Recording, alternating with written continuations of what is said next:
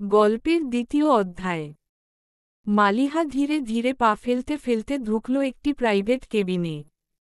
ঘরটা নিঃশব্দ, বাতাসে ভেসে আছে নবজাতকের বিশেষ এক ঘ্রাণ। বেডে শুয়ে আছে সদ্য সন্তান জন্ম দেওয়া এক মা, চোখে মুখে ক্লান্তির ছাপ। একটু দূরে এক মাঝবয়সী মহিলা কোলে ধরে আছে সেই ক্ষুদ্র, নিঃশ্বাস ফেলা মাত্র শিশুটিকে। মালিহার চোখ সোজা গিয়ে পড়ল সেই ছোট্ট মুখটার ওপর। এক মুহূর্তের জন্য সব শব্দ থেমে গেল, সময় যেন দাঁড়িয়ে পড়ল। শিশুটির ঠোঁট নড়ছে, নিঃশ্বাস নিচ্ছে ছোট ছোট করে। অদ্ভুত সুন্দর দেখতে।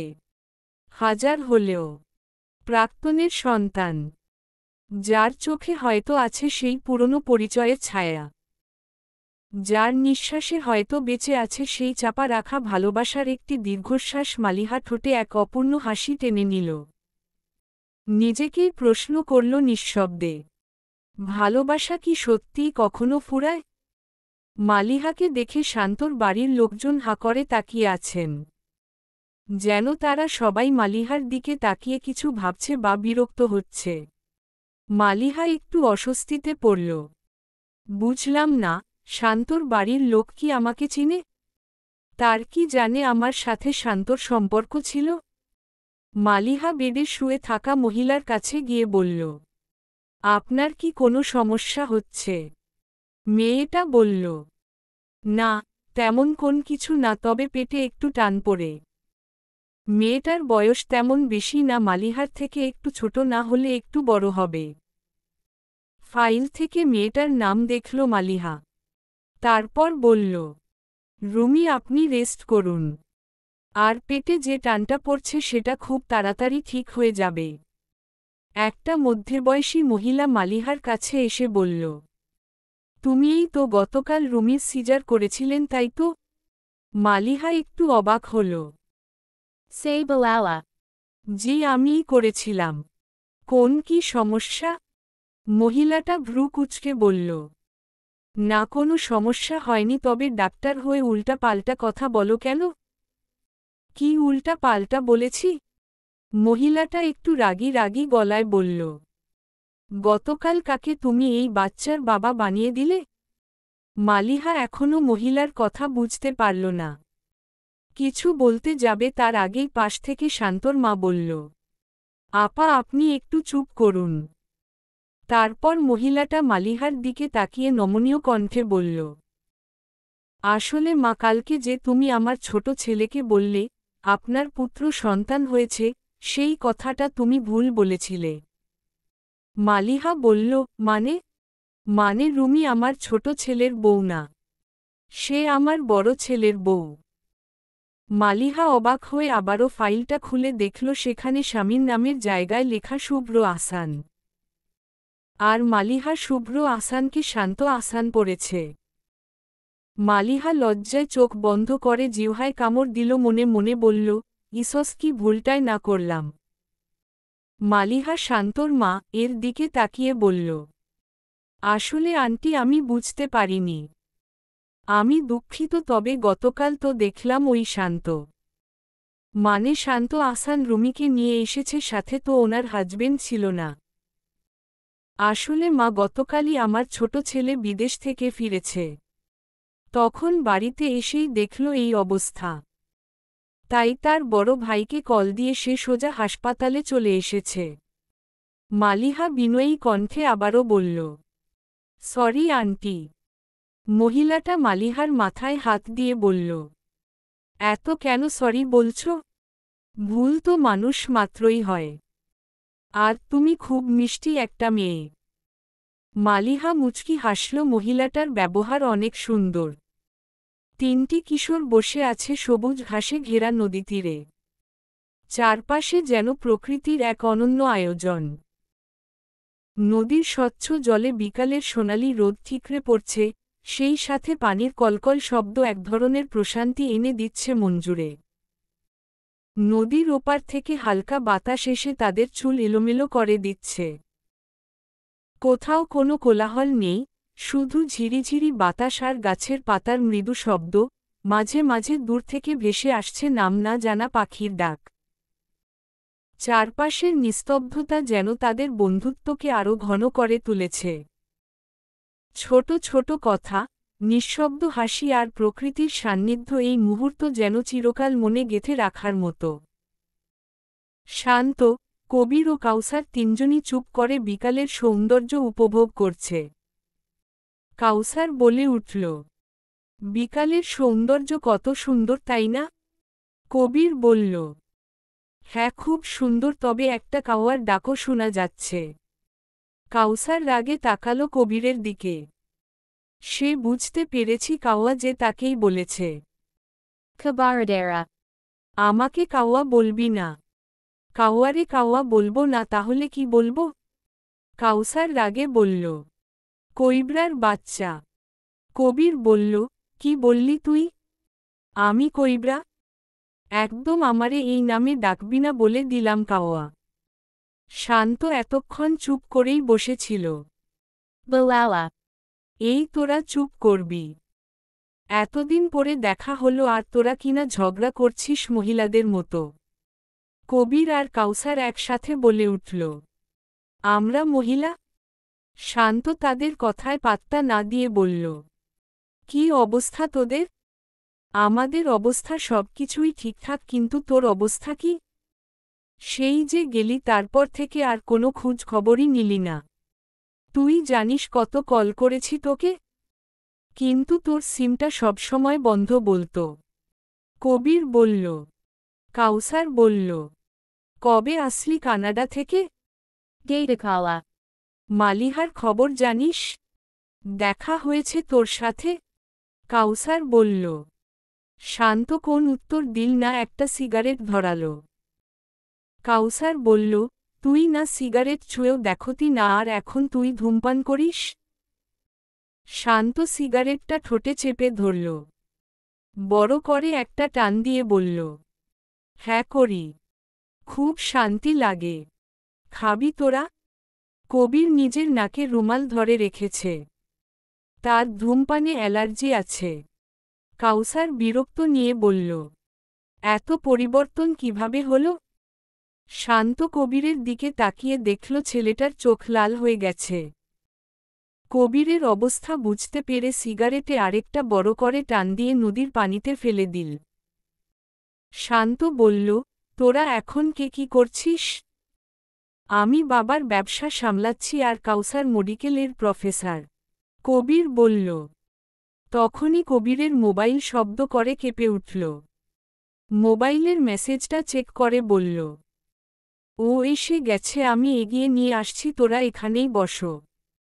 মরিয়ম বেগম রাতের জন্য রান্না করবেন, তাই ডাইনিং টেবিলে বসে সবজি কুটছেন। মহিলাটা দেখতে এখনও এই বয়সে অনেক সুন্দর। আগে মাধ্যমিক স্কুলে চাকরি করত, এখন বাড়িতে গৃহিণী হয়েই আছেন। তার কারণ একবার গলায় সমস্যা হয়েছিল, সেই কারণেই চাকরি ছেড়ে দিয়েছিলেন, এরপর থেকে আর জয়েন হননি। তবে বাড়িতে কয়েকটা স্টুডেন্ট আসে, তাদেরকেই পড়ান। টাকা ছাড়াই ওদের পড়ায় সময় কাটানোর উদ্দেশ্য। হঠাৎ কলিং বেল বেজে উঠল। মরিয়ম বেগম সবজি রেখে দরজা কাছে গিয়ে দরজা খুলে দিল। দরজায় মুখে হাসি নিয়ে দাঁড়িয়ে আছেন পাশের বাড়ির মহিলা। মরিয়ম বেগম মুচকি হেসে বললেন, ভেতরে আসেন ভাবি। মহিলা ভেতরে এসে বসলেন, বললেন, বাড়িতে কেউ নেই নাকি? না, বাড়িতে তো এখন কেউ থাকে না, আপনার ভাই গিয়েছে অফিস আর মালিহা তো হাসপাতালে। মরিয়ম বেগম বললেন। মহিলাটা মুখ বাঁকা করে বললেন, তাহলে কি সিদ্ধান্ত নিলে মেয়ের বিয়ে কি দিবে না?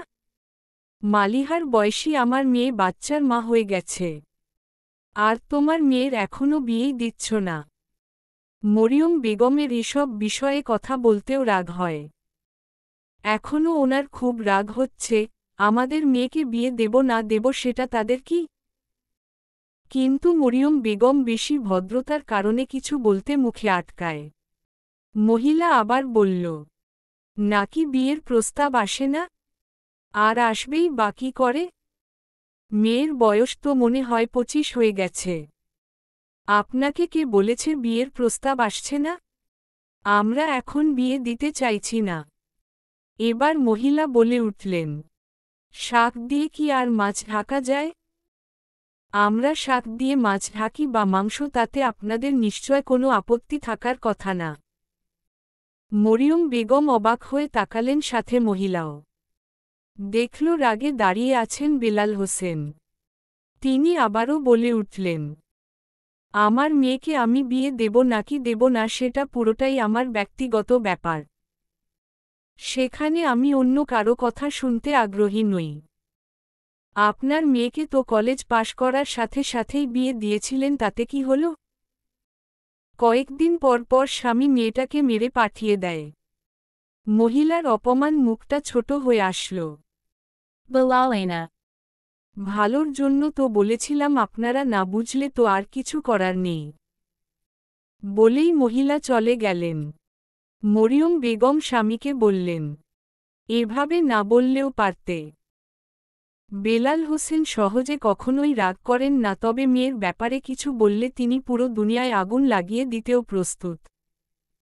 তিনি রাগে বললেন, মহিলা এতক্ষণ ধরে হাবিজাবি বলে যাচ্ছেন আর তুমি কিছু বললে না কেন?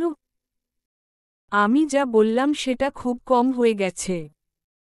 আমার জায়গায় আজ তোমার এই কথাগুলো বলা উচিত ছিল, কিন্তু তুমি বলনি। মরিয়ম বেগম বুঝলেন স্বামীর রাগ মাথায় উঠে গেছে। তিনি বললেন, তুমি বসো, আমি এখনই শরবত নিয়ে আসছি বলেই শরবত আনতে চলে গেলেন। সালোয়ার কামিজ পরা একটা মেয়ে চুপচাপ দাঁড়িয়ে আছে রাস্তার পাশে। হাতে ধরা একটা মাঝারি আকারের ব্যাগ, যার স্ট্র্যাপ শক্ত করে চেপে ধরেছে সে। চোখে মুখে এক ধরনের অস্থিরতা, আবার অপেক্ষার গভীরতা। চারপাশে গাড়ির আওয়াজ, মানুষজনের চলাফেরা, তবুও তার দৃষ্টি নিবন্ধ একদিকেই। দেখে মনে হয় কাউকে দেখার জন্যই দাঁড়িয়ে আছে, কারো আসার অপেক্ষায় যেন প্রতিটি সেকেন্ড গুনে গুনে কাটাচ্ছে সে। তখনই কেউ একজন পিছন থেকে ডাকল, অহনা। অহনা মুচকি হেসে ঘুরে তাকাল। চোখ পড়তেই দেখে কবির দাঁড়িয়ে আছে চেনা সেই হাসি মুখে, আগের মতোই। অহনা হালকা অভিমান নিয়ে বলল, কতক্ষণ ধরে ওয়েট করছি জানো? তুমি মাত্র এসে হাজির। কবির ঠোঁটের কোণে হাসি রেখে বলল, সরি, চল এখন। অহনা হেঁটে যেতে যেতে কাপা কণ্ঠে বলল, শান্ত কি সত্যিই দেশে ফিরে এসেছে? কবির এবার আর হাসল না। গম্ভীরভাবে বলল, হ্যাঁ অহনা, শান্ত ফিরে এসেছে। অহনা দাঁড়িয়ে গেল, বলল, এখন কি হবে কবির? সব কিছু কি আগের মতন হবে? নাকি আবারও কিছু একটা হবে? কবির বলল, সেটা পুরোটাই নির্ভর করবে মালিহার উপর। জানি না কি হবে। নীরব নিস্তব্ধ রাস্তায় সোডিয়ামের আলোয় হেঁটে যাচ্ছে এক রমণী। সেলোয়ার কামিজ পরিহিত, হাতে একটি ব্যাগ। নিজের হাতে থাকা ঘড়িতে দেখে নিল রাত 10:26 বাজে। রাস্তায় এখনো মানুষ আছে, তবে অনেক কম। মালিহা হাসপাতাল থেকে বের হতে আজ দেরি হয়েছে। একটা মিটিং ছিল তাই। হাসপাতাল থেকে বের হওয়ার পর অটোরিকশার জন্য কিছুক্ষণ দাঁড়ালেও মানুষের ভিড়ের জন্য খালি রিকশা পাচ্ছিলি না। তার আবার এত ধৈর্য নেই।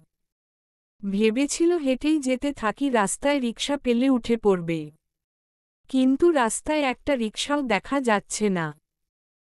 কিন্তু রাস্তায় একা হাঁটতে ভালোই লাগছে, নেই কোনো গাড়ির হর্নের শব্দ, নেই মানুষের ভিড়, নিস্তব্ধ রাস্তায়। একটা ব্রিজের উপর দিয়ে হেঁটে যাচ্ছে মালিহা। তখনই একটা পুরুষালী কণ্ঠস্বরে কেউ ডাকল, ম্যাডাম। Sanachena. মালিহা অবাক হল, এত রাতে কে ডাকছে? আবার মনের মাঝে একটু ভয় উকি দিল। কিন্তু না, ভয় পেলে চলবে না, মালিহা নিজেকে নিজেই বলল। ধীরে ধীরে মালিহা পিছনে তাকাল। দেখল একটা পুরুষ দৌড়ে তার দিকেই আসছে। লোকটির শরীরে পরিহিত ধূসর রঙা শার্ট, হাতে একটা ঘড়ি। লম্বা সুঠাম দেহির অধিকারী লোকটি এসে মালিহার সামনে দাঁড়াল। লোকটিকে চিনতে মালিহার তেমন অসুবিধা হল না। প্রতিদিন হাসপাতালে যাওয়ার সময় একবার হলেও দেখা হবে। মালিহা বুঝে পায় না প্রতিদিন কিভাবে একটা লোকের সাথে দেখা হতে পারে। এই লোকটি মালিহাদের নিচের তলায় থাকে। আর ইনি মালিহার বাবার সাথে একই অফিসে চাকরি করে। লোকটি মালিহার সামনে দাঁড়িয়ে বড় বড় নিঃশ্বাস নিল।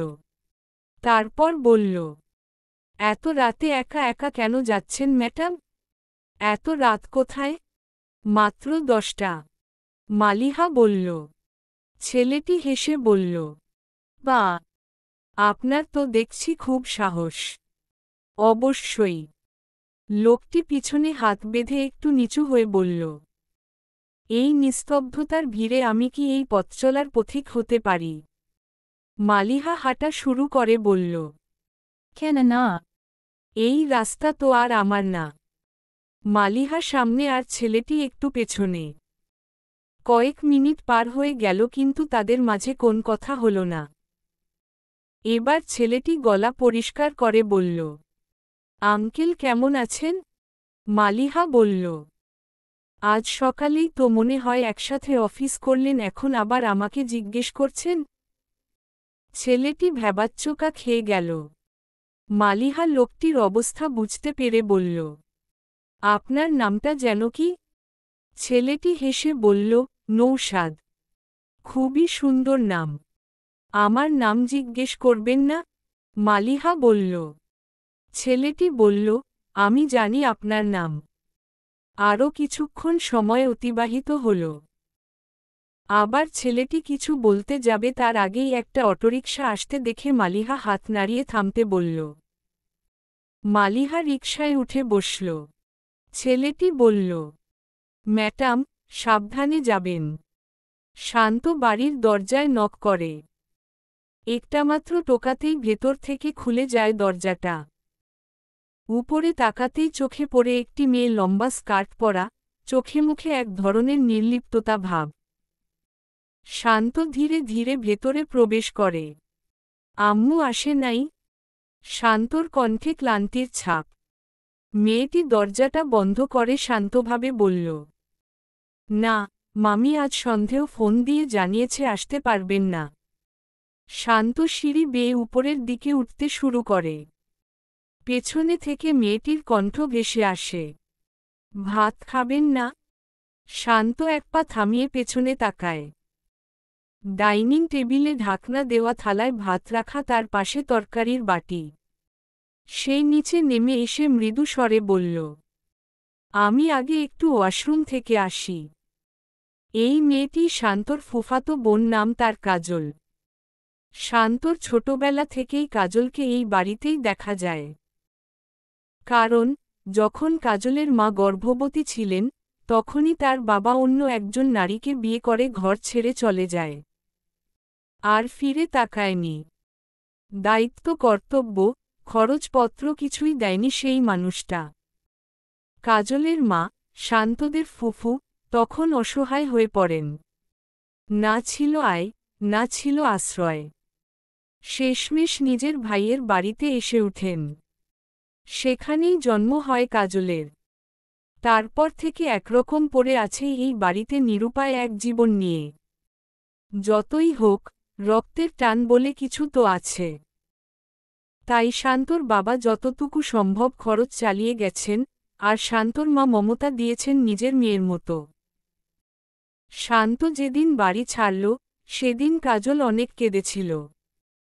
ব্যাপারটা এমন না যে কাজলের সাথে শান্ত-র খুব ঘনিষ্ঠ সম্পর্ক ছিল।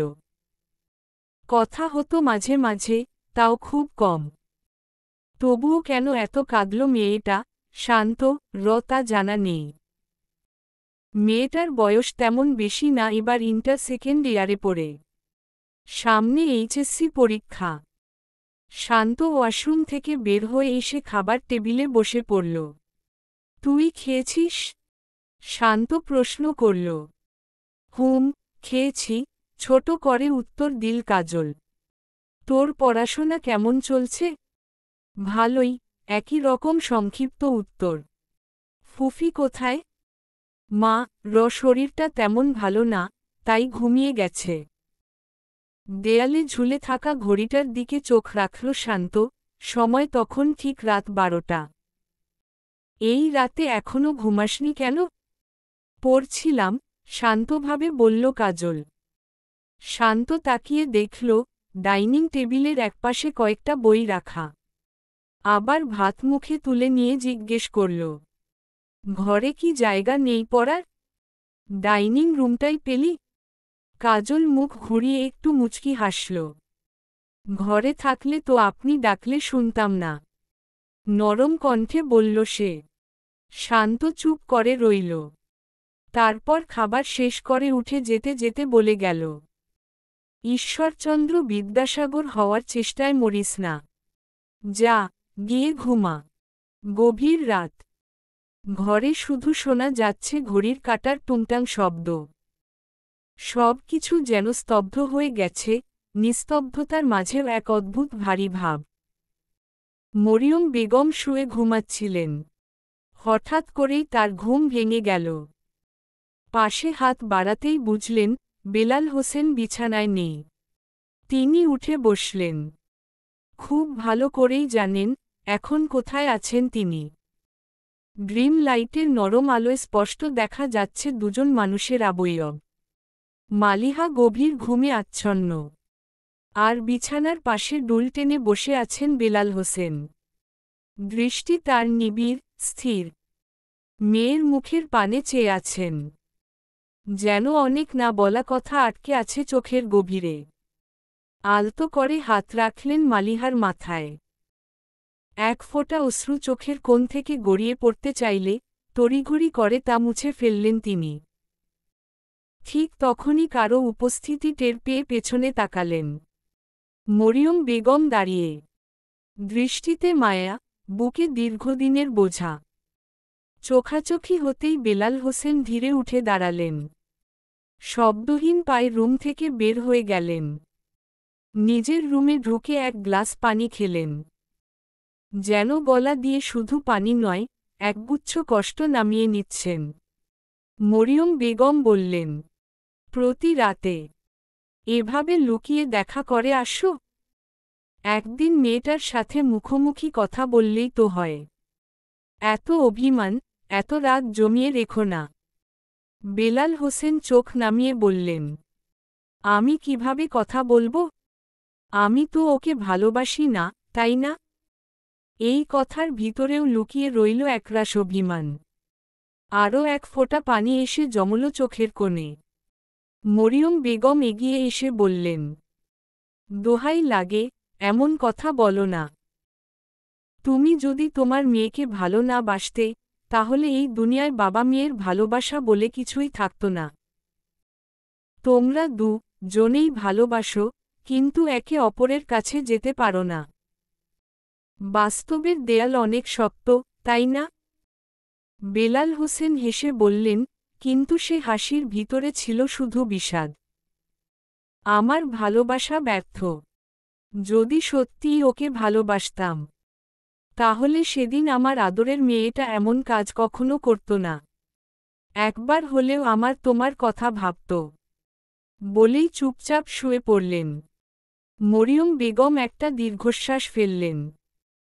সেই দীর্ঘশ্বাস যেন বহুদিনের হাহাকার, একজন মায়ের, এক স্ত্রীর, এক নারীর নিঃশব্দ কান্না। মালিহা তার মায়ের সাথে রান্নাঘরে কাজ করছে। আজ শুক্রবার, তাই হাসপাতালে যায়নি। শুক্রবারে তার রুটিন ভিন্ন। খুবই সকালে ঘুম থেকে উঠে বেকনিতে গিয়ে বসবে হাতে উপন্যাস নিয়ে। কয়েক পাতা বা কয়েক লাইন পড়েই মায়ের সাথে এসে রান্না করবে। সে চাই একাই একটি দিন রান্না সামলাতে, কিন্তু মরিয়ম বেগম মালিহাকে সাহায্য করার জন্য একদম রেডি। মালিহা রান্না করছে খিচুড়ি, পায়েস, পোলাও, এগুলো বেলাল হোসেনের ফেভারিট, তাই মালিহা এসব রান্না করছেন। বেলাল হোসেন সোফায় বসে আছে নিউজ পেপার হাতে নিয়ে। মাঝে মাঝে রান্নাঘরের দিকেও তাকাচ্ছে। নিজের মেয়ের দিকে তাকিয়ে মুচকি হাসল, মনে মনে বলল, মেয়েটা কত বড় হয়ে গেল। মালিহা তখনই বাবার কাছে আসলো, এসে চা এর কাপটা সামনে রেখে বলল, আব্বু চা। বেলাল হোসেন কিছু বলল না, চা এর কাপটা তুলে চা এ চুমুক দিল। তারপর ডেকে মরিয়ম বেগমকে বলল, চাটা ভালো হয়েছে। মালিহার মুখে হাসি ফুটে উঠল। সে ভালো করেই জানে বেলাল হোসেন তাকেই বলেছে কথাটা। মালিহা আবারও রান্নাঘরে ঢুকতে চাইলেই দরজায় কেউ নক করল। মরিয়ম বেগম রান্নাঘর থেকে বলল, মালিহা দেখো তো কে আসলো। আচ্ছা যাচ্ছি, বলেই মালিহা দরজা খুলল। দরজার বাহিরে হাস্যোজ্জ্বল মুখ নিয়ে দাঁড়িয়ে আছে অহনা। অহনা মালিহাকে জড়িয়ে ধরল। কতদিন পর তোর সাথে দেখা হলো বল। অহনা মালিহার খালাতো বোন, কিন্তু বোনের চেয়ে বান্ধবী বেশি। কিন্তু কতগুলো দিন হয়ে গেল তাদের দেখা হয় না। মেসেজ অথবা কলে ঠিকই কথা হয়। মালিহা ঢাকা হাসপাতালে ডক্টর আর অহনা ময়মনসিংহের। মালিহা বলল, কবে আসলি ঢাকা? আমাকে তো বললি না আজ আসবি। অহনা বলল, গতকাল এসেছি ঢাকা একটা কাজে। মরিয়ম বেগম ডেকে বলল, কে এসেছে মালিহা? মালিহা দরজা বন্ধ করে বলল, তুমি দেখে যাও কে আসছে। মরিয়ম বেগম অহনাকে দেখে মুচকি হাসল। অহনা বলল, আন্টি কেমন আছো? হ্যাঁ ভালো আছি। তুমি কেমন আছো? ভালো আন্টি। অহনা বেলাল হোসেনের কাছে গিয়ে বলল, আসসালামু আলাইকুম আঙ্কেল। কেমন আছেন? বেলাল হোসেন অহনার দিকে তাকিয়ে বলল, আলহামদুলিল্লাহ, তুমি কেমন আছো? তোমার মা বাপ কেমন আছে? মা ভালো আছে, কিন্তু বাবার প্রেশারের সমস্যা। অহনা বলল। বেলাল হোসেন নিউজ পেপার টেবিলে রেখে বলল, এখন তো বয়স হয়েছে, অসুস্থ তো হবেই। তুমি কি ঢাকায় থাকবে এখন থেকে? না আঙ্কেল, ময়মনসিংহ মেডিকেল হাসপাতালে ডক্টর হিসেবে আছি। দোয়া করবেন আঙ্কেল। হ্যাঁ অবশ্যই, বলেই বেলাল হোসেন উঠে রুমে চলে গেলেন। মালিহা এসে অহনার সাথে বসল। অহনা একটা শপিং ব্যাগ মালিহাকে দিল। মালিহা ভ্রু কুঁচকে বলল, কি এটাতে? খুলেই দেখ। মালিহা প্যাকেটটা খুলল। ভেতর থেকে বের করল একটা শাড়ি, নীল রঙা। মালিহা হেসে বলল, আরে হো বাহ, নীল শাড়ি আমার পছন্দ। তোর মনে আছে এখনো? অহনা বলল, মনে থাকবে না কেন?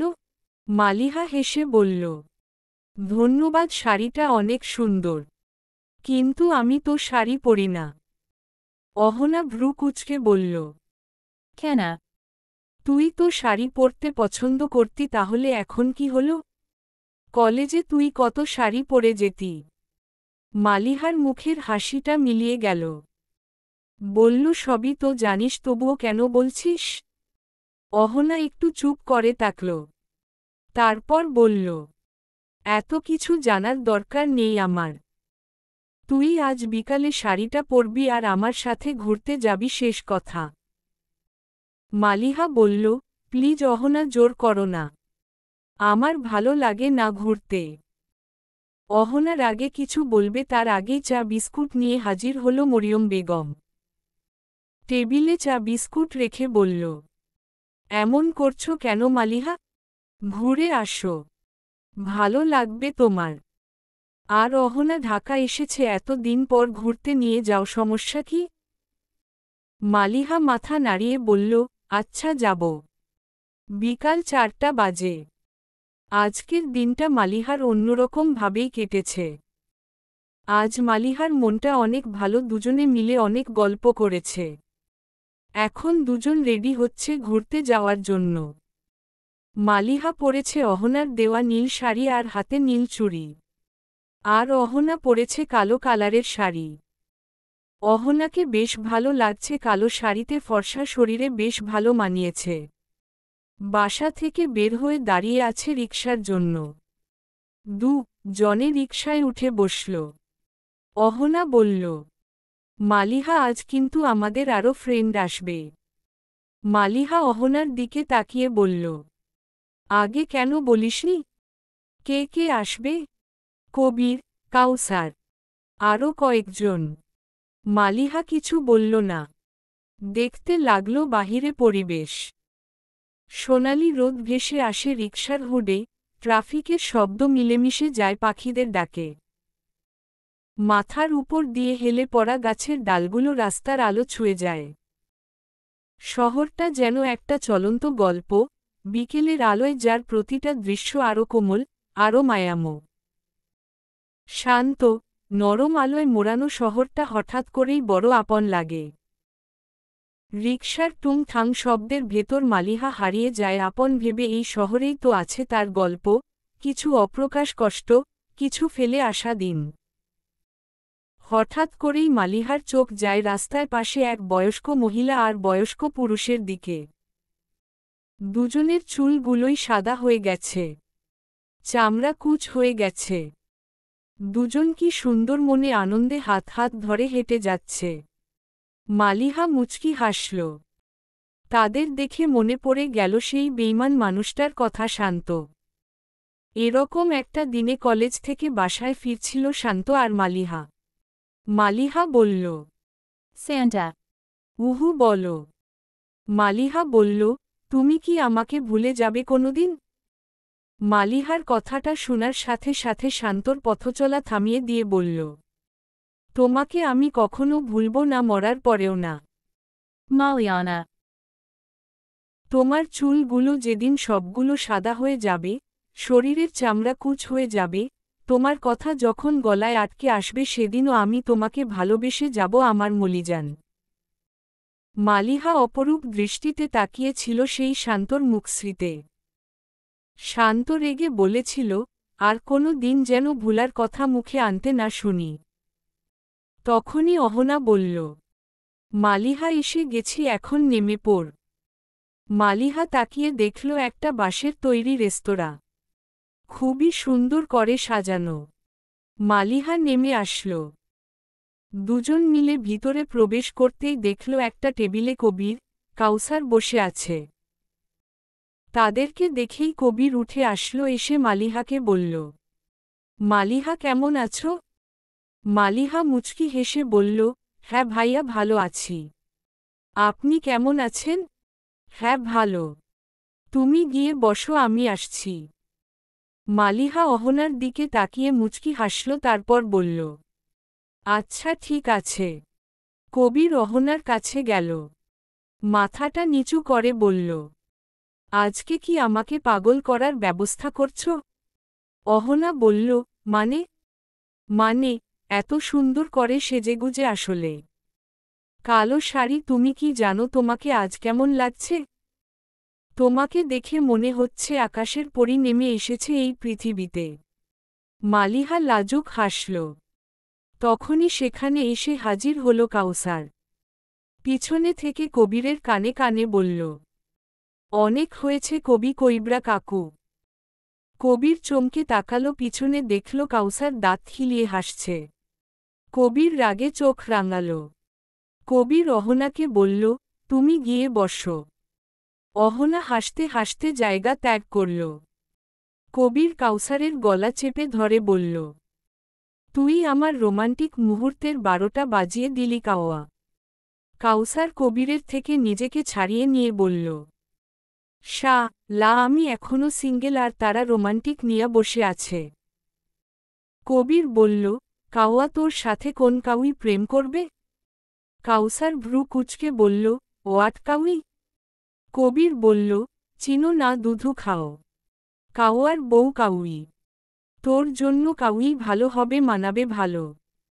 কবির বাচ্চাদের মতো ঠোঁট উল্টিয়ে বলল, এভাবে অপমান করছিস? আমি কালো, তাতে কি হয়েছে? আমার বউ আমার থেকে দুগুণ সুন্দর হবে। কাউসার কবিরের পিঠে হাতে রেখে যেতে যেতে ধীর কণ্ঠে বলল, দুগুণ সুন্দর হলে তো সেই কালোই থাকবে, তোর থেকে কমসে কম 20 গুণ হতে হবে। কাউসার আবারও রাগে তাকালো কবিরের দিকে। তারা চারজন বসে আছে। শুধু কপি অর্ডার করেছে। মালিহা জিজ্ঞেস করল, কার জন্য আমরা অপেক্ষা করছি? কে আসবে? কেউ কোন উত্তর দিল না, চুপ করে রইল কিছুক্ষণ। কাউসার বলল, আমাদের আরেকটা বন্ধু আসবে। এখনই মনে হয় এসে যাবে, একটু অপেক্ষা করি কেমন? মালিহা কিছু বলল না। তারও ভালো লাগছে জায়গাটা। নিরিবিলি জায়গাটায় মানুষ কম। শহরে জনসম্মুখে ভিড়ে এই রেস্তোরাঁয় তেমন মানুষ নেই। মালিহা তাকিয়ে আছে বাহিরে। চারদিকে গাছ দেখা যাচ্ছে। অনেক সুন্দর দৃশ্য।